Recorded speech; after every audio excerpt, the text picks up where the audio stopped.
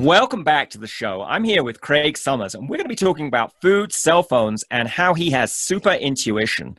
And in the episode, we'll look at how his mom faced some serious health crisis, was facing death 2 times, and how that woke up his food consciousness and intuition. We'll also look at how Craig uses his intuition in his business and his changing relationship with money. We'll also dig into his dark night of the soul. So listen out for that coming up. And also how he uses meditation to help his intuition and why cell phones might be causing you problems with your brain and your intuition. Welcome, Craig. Thank you, Michaela. And just in case you don't know, Craig is a naturopath and a nutritionist. I've known him for many years at the 3HO winter and summer solstice events, meditation and yoga events. And he's also author of the Raw Food Bible, which I think he has a copy there just in case. Why don't we show the viewers who are watching on YouTube? There you go. It's a great book, guys. I've read it. It's got lots of cool stuff, and you can get that on his website, which we'll give out at the end. Woo! So, Craig, your mom was facing death. She had cancer, I think, and then another time her heart was about to croak. It must have been very upsetting for you. Yes, it was definitely a shock when I started to research what someone should be eating and found out that the medical doctors and the cardiologists were not giving her proper nutritional advice. She had balloon angioplasty several times, a couple months apart. So the artery would clog up, and they would balloon angioplasty, and a couple months later would clog up again. Then they were saying, okay, next time we have to give you open heart surgery, which sometimes people die in that process. Several years before that, she had cancer. We thought she was going to die, and somehow she pulled through and lived through that one. This time, I decided to get involved and do some research and found out that nutrition does play an important role. And I got my mom on a nutritional diet. Basically, she went vegan and did a high fiber, high nutrient dense diet. And she never needed that open heart surgery. She didn't need the angioplasty. Her arteries opened up. We got her on some supplements as well. And, well, that was more than 20 years ago. My mom is healthy and happy right now at 85. So this not only helped with the illnesses and diseases she had, but it actually made her healthier. Absolutely. Like. When you have nutritional deficiencies, there are a wide range of different health-related problems that you can get, and medical doctors are not trained to know what those problems are. In fact, most medical doctors don't even give you proper nutritional testing. If they do a blood test to see what say some vitamins or mineral status is, it's what they call a serum blood test. It looks at the clear fluid between the cells. That only tells you if your diet was adequate within the last 24, 48 hours. The real nutritional testing would look at the white blood cells, and those cells would be telling you how your diet was for the last 6 months. That's the way to go. In fact, I remember, Michaela, you taking this test a couple years ago and being one of very few people who came up with no nutritional deficiencies. I can count on one hand how many people over the years I've tested came up with no nutritional deficiencies. And you were one of them. It was very impressive. Yeah, healthy diet and some supplements, and also sending light and energy to all my body parts. So you became more conscious of your own diet as well as your mom's diet. Did this affect your intuition and your business in any way, do you think? Or? Yes, it definitely did. When you don't have an adequate diet, your brain can't function like it's supposed to. And this isn't just me saying it. This is science.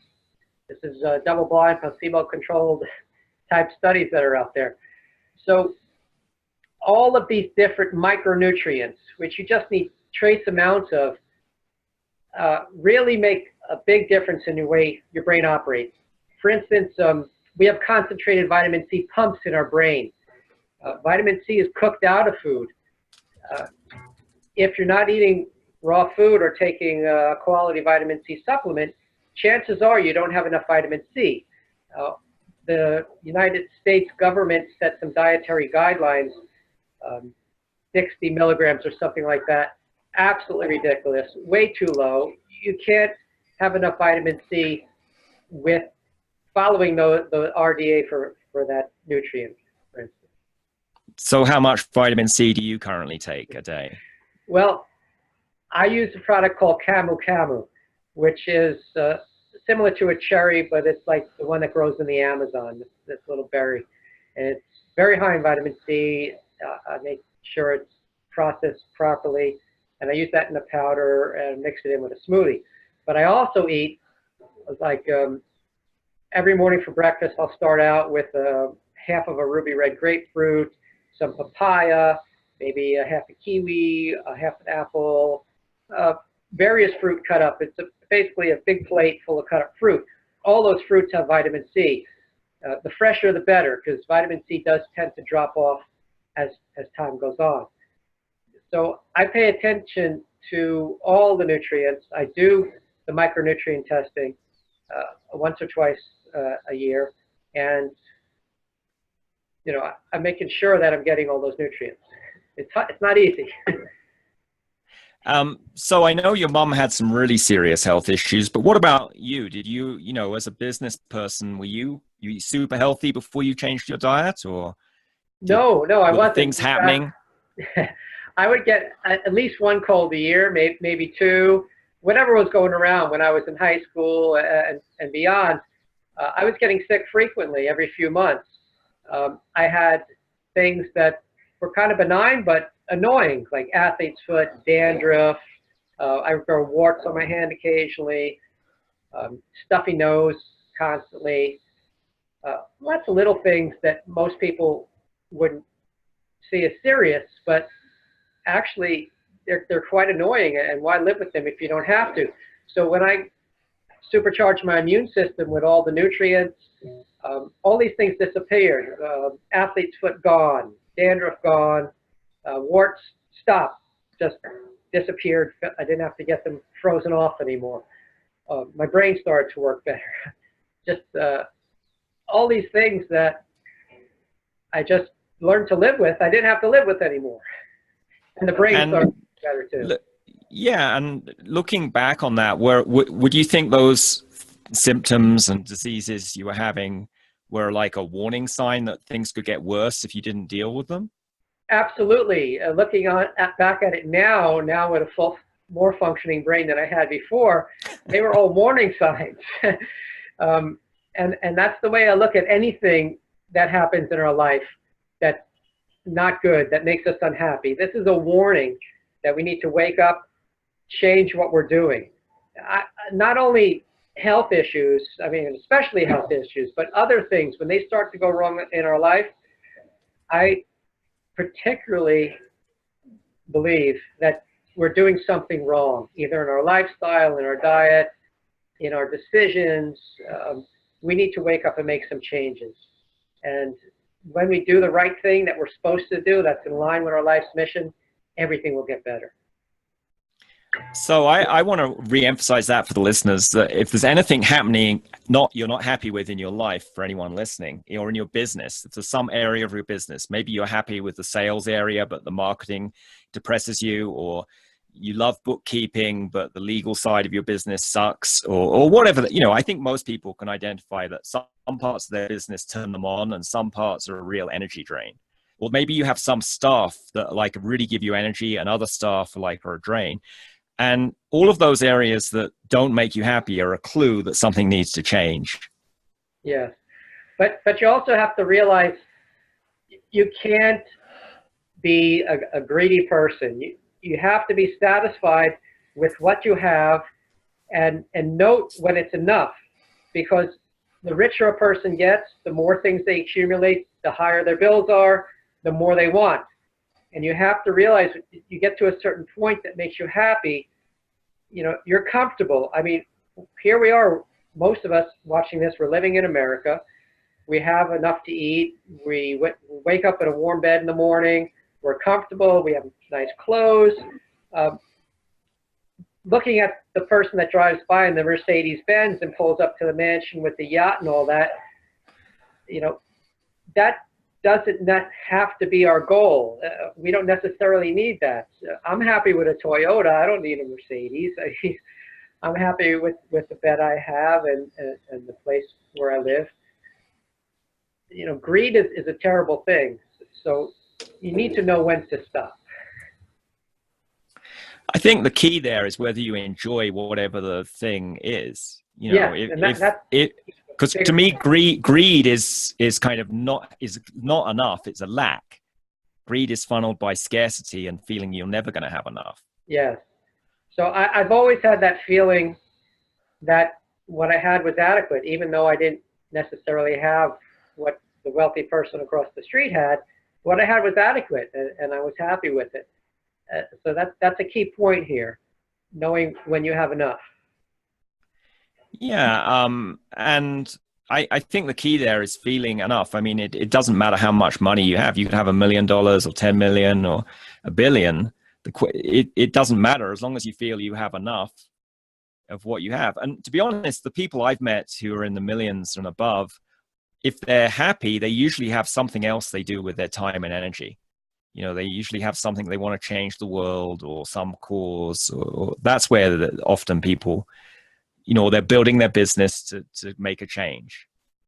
So, so it sounds like your relationship with money has evolved over the years. Is that the case? I mean, I know you started off working for someone else many years ago, decades ago. As most of us do, we start off working for other people. And as time goes on, we realize that it's not making us happy.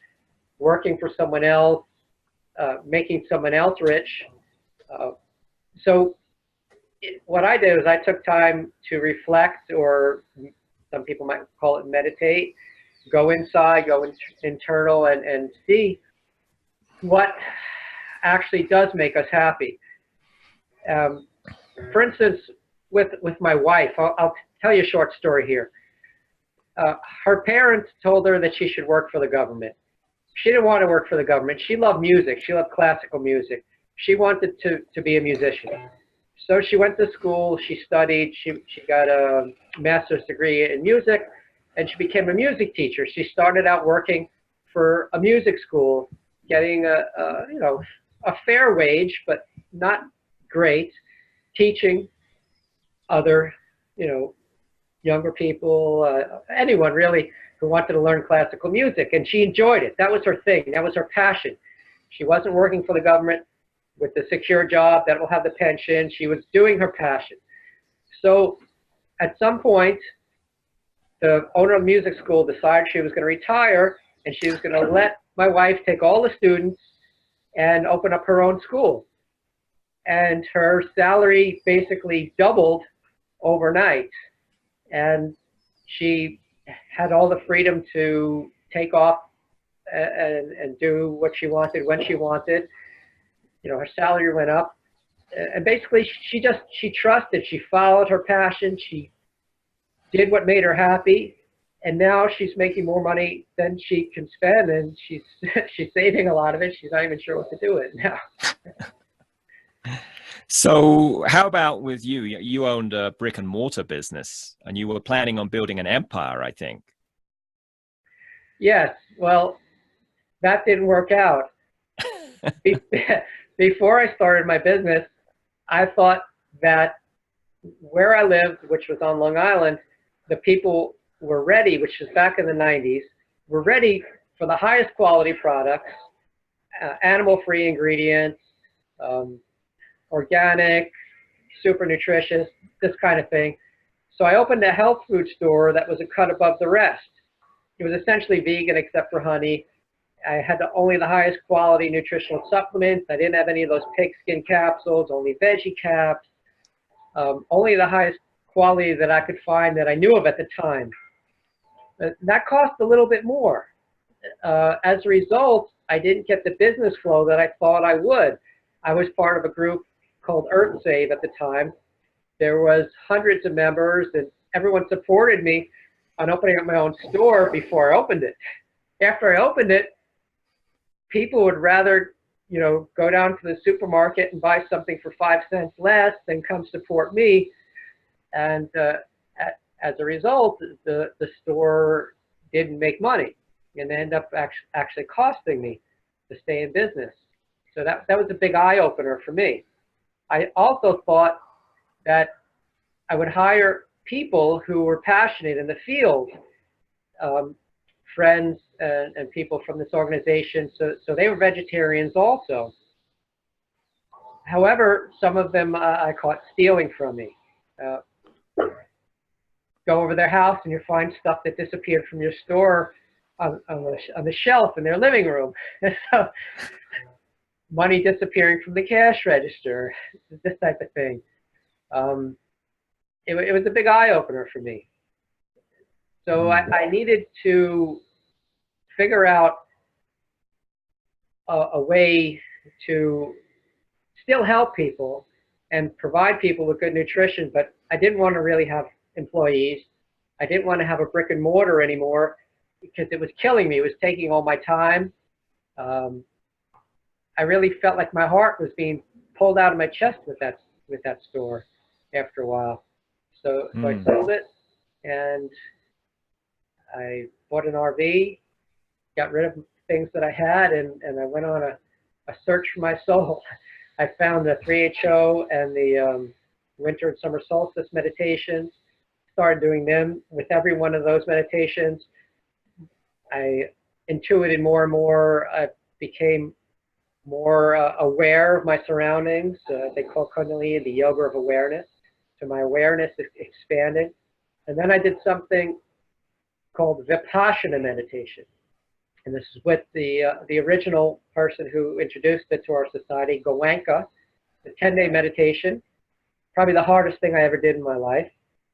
Sitting for 10 days, not talking to anyone but a counselor once a day for 5 or 10 minutes. He would just check in with you. No eye contact with anyone.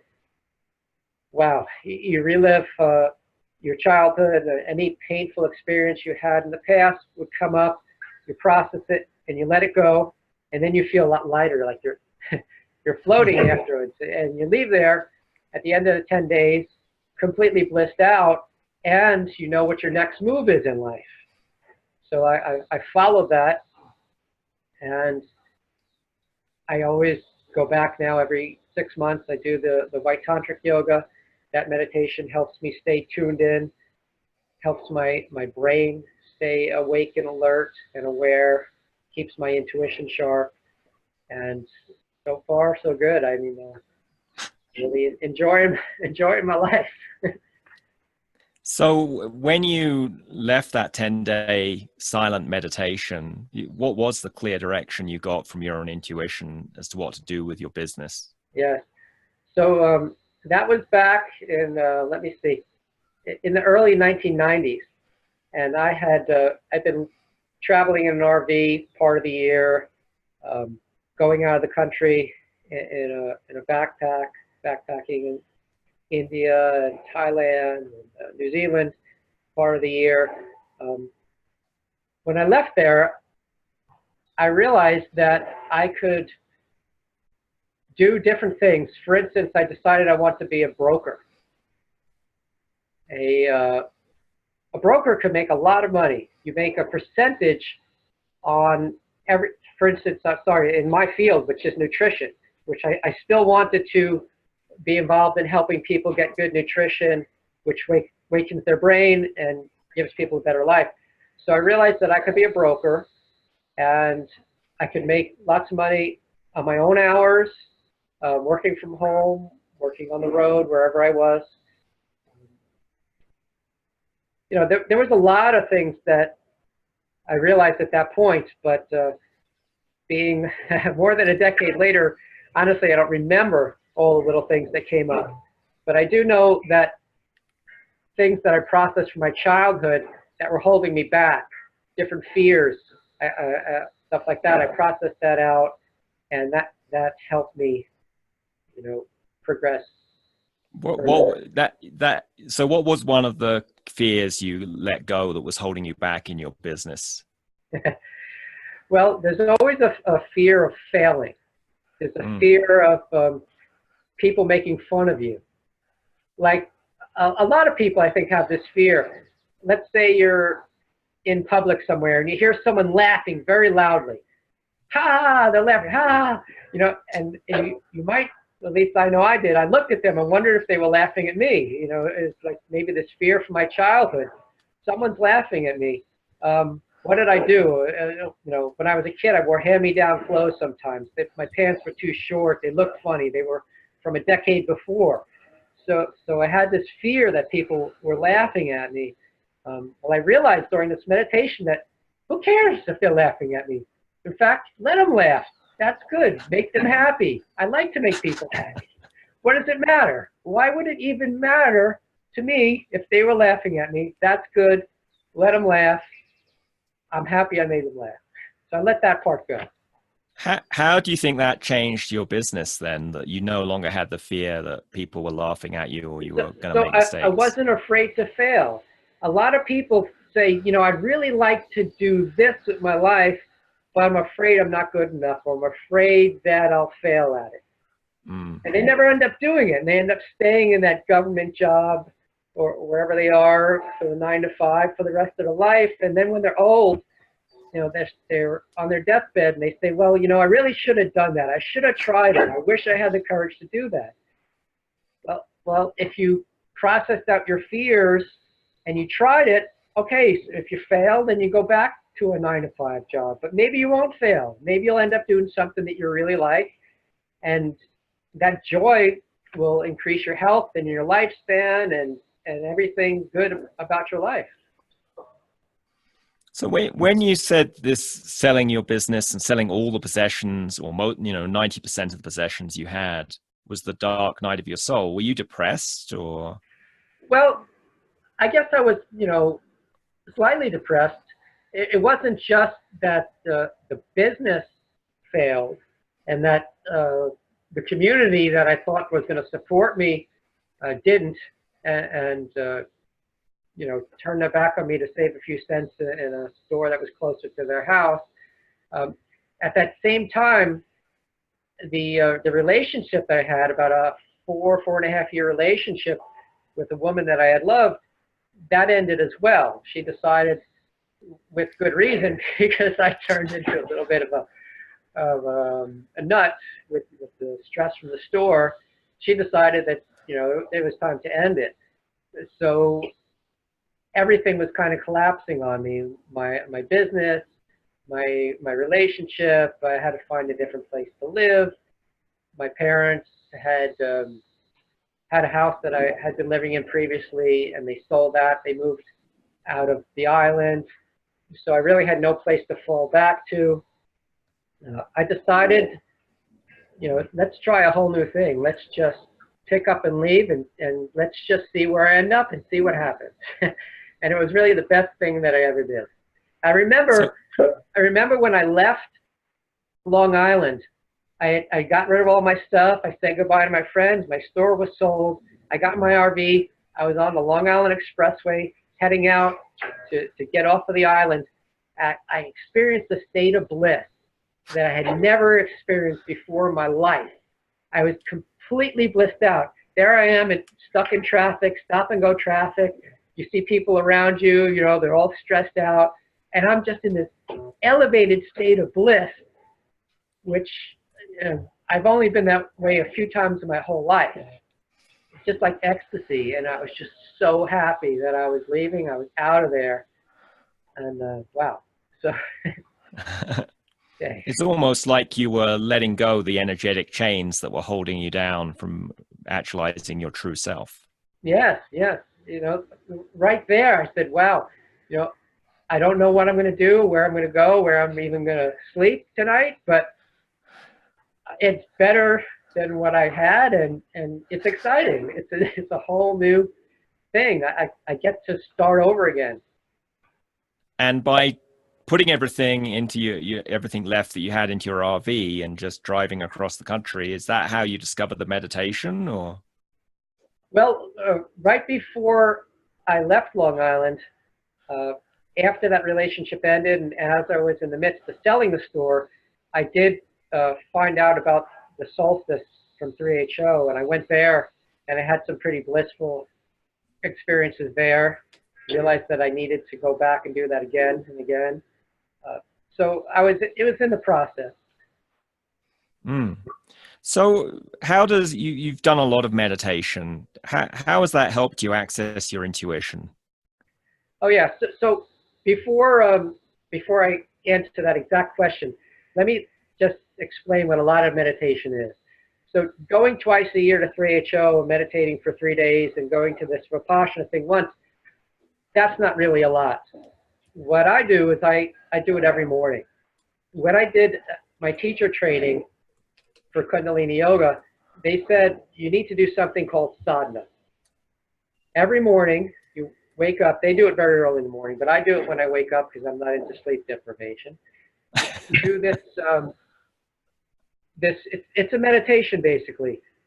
The sadhana that I learned through 3HO was you chant some mantras for like an hour, and then you do a yoga set for like an hour. Well, what I do is like a yoga set for an hour. I'm not really into the mantras, although they are good. They do help focus the brain, and with the repetition, things do come in. But I do this yoga set every morning, and when it's quiet, and I go inside, I try to close my eyes for part of it. And when you silence your mind and you try to push everything else out, things come in. That's when I got some of my greatest thoughts. Like, for instance, my book, Raw Foods Bible.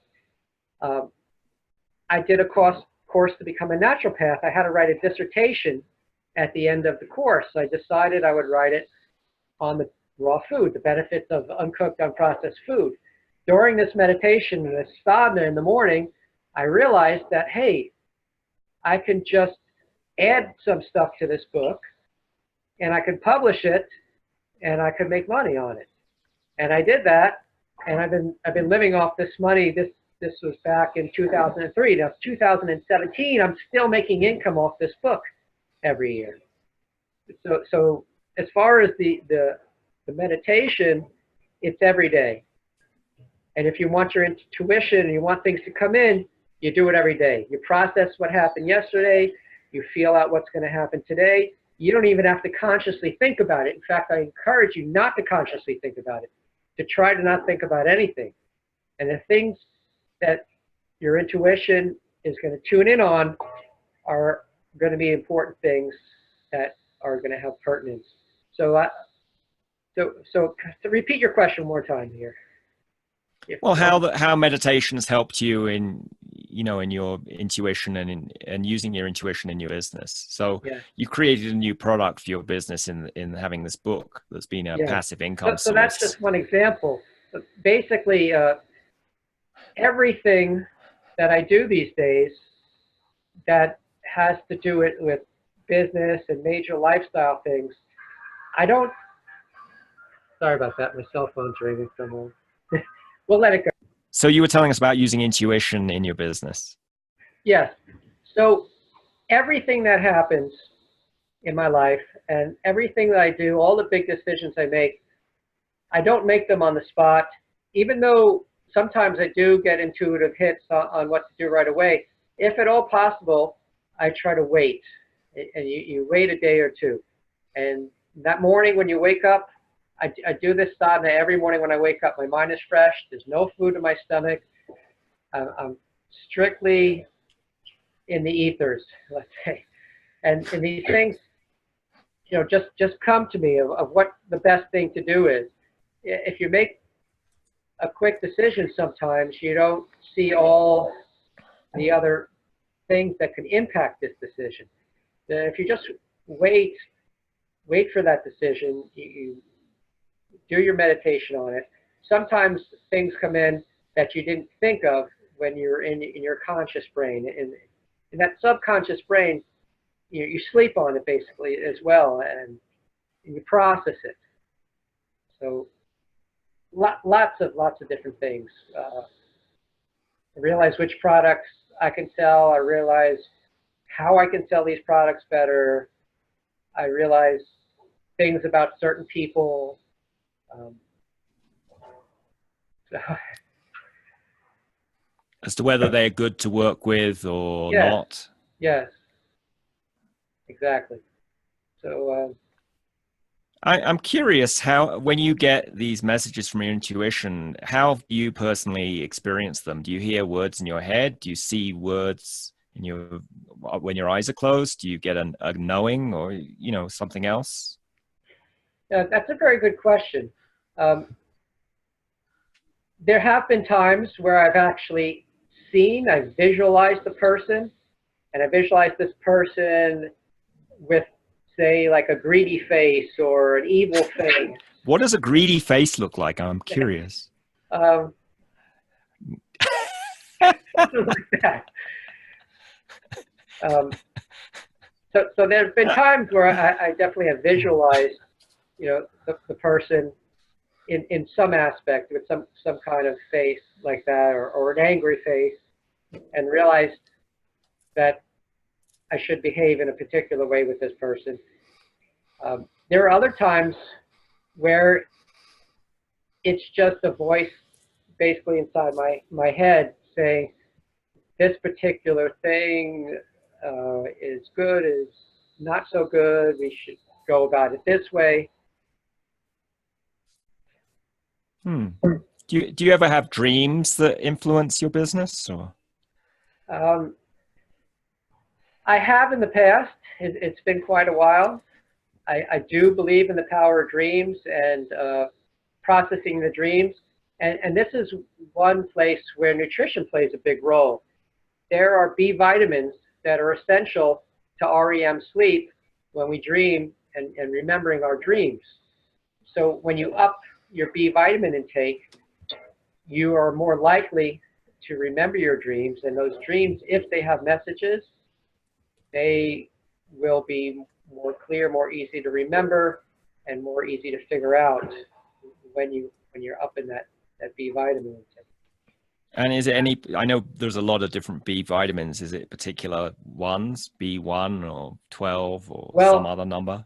I particularly recommend a complex. Now here's the thing with the B vitamins. There are synthetics. In fact, most of the vitamins out there on the market are synthetics. I have a particular DNA SNP. It's called the MTHFR677. So I can't methylate very well. I have a double mutation in this gene, which means if I take this synthetic folic acid, which is a B vitamin, that's added to, say, a lot of flour products and bread, you'll see folic acid on there. It's in all the multis. I can't methylate this or turn it into folate, which is the active form. And about 1 out of 5 people have either a single or double mutation. So if I, with the double mutation, take this folic acid, what that folic acid does, it goes in my immune system, depresses natural killer cells, which makes me more prone to getting something like cancer. And this is a scientifically documented fact. I have a video on this on YouTube. If you Google up my name. Yeah, we'll link it in the show notes. Yes, and you can see a little bit more about that. So you got to be careful with the B vitamins. I use a product from Sun Warrior called the raw vitamins. There's no synthetics in there. These are already methylated forms. There's folate as opposed to folic acid. There's the methylcobalamin form of B12 as opposed to the synthetic cyanocobalamin form, which I would also not be able to utilize. And I actually did a study on that on myself. I took the synthetic cyanocobalamin form for a year. I did a B12 test first, found out I had adequate B12. After a year, I did the test. I found out I was deficient in B12, even though I took it for a year. After that, I did the DNA test and found out I had a double mutation in that gene. So as science progresses, we find more and more interesting and very important information about individualized health plans for people. Mm. So Yeah, I think that's going to be a much bigger thing in the future as, you know, we get software and, you know, little, I don't, do they have software for smartphones yet that like can test your blood? And I think I read about something like that coming. I don't know. I'm not a geek in that department. But right now you could get a blood test at a lab and they could tell you if you're one of the 20% of people who have one of those issues metabolizing B vitamins, and I guess there are other things for the other vitamins too, right? Yes, like for instance, my wife has a mutation, a double mutation in a gene that turns carotenoids, say from carrots and green plants, into actual retinol vitamin A. So she was deficient in vitamin A when I ran her test, and she wears glasses. She had night blindness. She couldn't see street signs and see well with driving at night. We got her on some nutritional supplements, and she was also deficient in zinc, and zinc transports vitamin A. We got her on a zinc supplement. We got her on some vitamin A. And a few months later, she could see fine at night. We also found that after a DNA test. That is so cool. So let's move on and talk about something that most entrepreneurs use, which is a cell phone, and what that might be doing to their brain and their intuition. Okay, so in May 2011, World Health Organization put out a press release, and they stated in there that mobile phones are a class B2 carcinogen. Other B2 carcinogens are eating lead or eating DDT. They are possibly carcinogenic. Now, if you look at the way our brain works, it's electrical. There are electrical impulses. They have special machines that can measure these electrical impulses in our brain all throughout our body. When we put our mobile phone up to our head, we're taking something that is a radio frequency transmitter.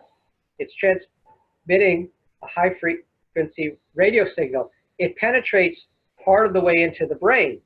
It definitely has an effect on the electromagnetic signals in our brain.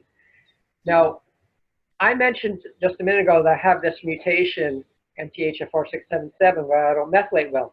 I also don't make myelin with that DNA SNP. Myelin is something that covers the nerves, and it's protective. You hear about some people who hold a mobile phone up to their head and they say it actually makes their head hurt. Yeah, I'm one of those, you know. Yeah, okay, so you're one of those 20% of people. After about, I can do 30 seconds up to my head. I can like take a quick call and I'll call you back when I've got my headset on. Yeah, so you're one of those people also that has the DNA SNP. Maybe you only have a single one, but you're basically, the result is your myelin sheaths over the nerves aren't as thick as someone who doesn't have this SNP. So you're actually able to feel the microwave or the electromagnetic signal get in and go into the nerve. It causes a little bit of pain or a little bit of a sensation. It may not necessarily be pain, but it's a sensation, an uncomfortable sensation. So that's telling you right there that you shouldn't be doing it. Now, how does that affect your intuition? It's possibly causing damage. That's, if it can cause cancer, for instance, this is something that lasts after the electromagnetic wave is gone, and then it can possibly cause other problems that we don't even aren't even aware of yet. So I would be very careful about holding a phone next to your head. The way to use it and not be exposed is to either put it on speakerphone and not still hold it next to your head on speakerphone, but hold it an arm's length away, or these are air tube headsets. I don't know if you can see this. Yeah, to get them close to the camera. Yeah, you can see there's a tube there, and then the speaker is actually in that little bulb thing away from your ear. Speaker is here. So what you have inside the wire is copper. Your phone, you charge up your phone with energy. When the phone sends sound up to the speaker, it's sending electricity through this wire. And if the microphone is here, and you hold that microphone on a Gauss meter, and I have videos on this also on my YouTube channel, you can see as the sound comes out, there's an electromagnetic current that comes with it. and travel several inches away would go right into your brain. That's also affecting the impulses in your brain. So wait a minute. That means everyone who's using earbuds, either for their cell phone or for music players, or they have one of the, what are those little wireless earbud things called? I forget what they call them. Bluetooth. If they keep a Bluetooth thing in there the whole time right next to their brain, you're saying that's, you know, potentially causing cancer and screwing up their brain. The mobile phone itself, it's dealing with a tower that could be a couple of miles away. It has a much stronger signal than a Bluetooth. The Bluetooth is only going across the room.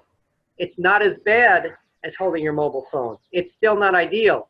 It's still a radio frequency transmitter. It's still transmitting a signal across the room. Part of that signal is going into your brain. But why not go one step further? Why not go with an air tube or use a speakerphone so you don't have that field going into your brain at all?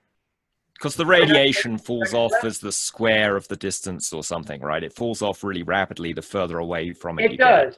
get. In fact, at an arm's length, usually about 98% of the radiation from your cell phone has dropped off to a level that's very safe. Now, here's something else that's important to know about your cell phone. When you're close to a tower, you have all the bars showing on your phone. Your phone puts out much less energy than when you're very far from the tower and your phone has maybe no bars or one bar. You notice that when you're far from a tower, your battery doesn't last as long. So it's even more dangerous to hold the phone next to your head when you only have one bar or no bars than when you have all the bars.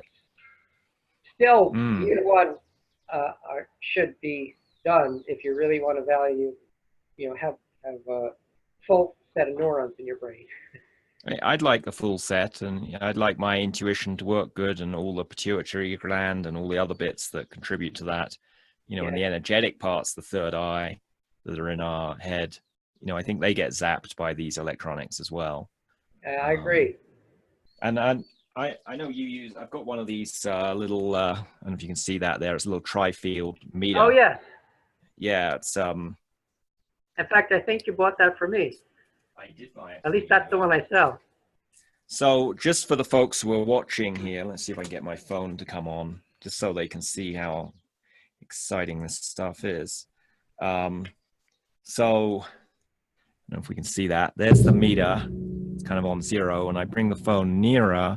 I'd have to make a call, I think, wouldn't I? Yeah, just dial any number. Usually in the United States, I dial 611, press send. That is customer service. You get a recording.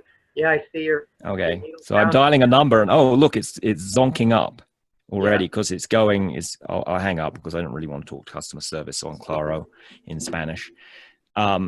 So that's interesting, and we could have played with the distance. You can get these meters are about $100, and they're not just. I use it not just for the phone, but I go around the whole apartment or hotel room, because sometimes in apartments, I once lived in a place where the bed, this meter went nuts, and I was like, why is it going nuts? And it turned out the whole electrical system for the house routed in just outside that where the head of the bed was.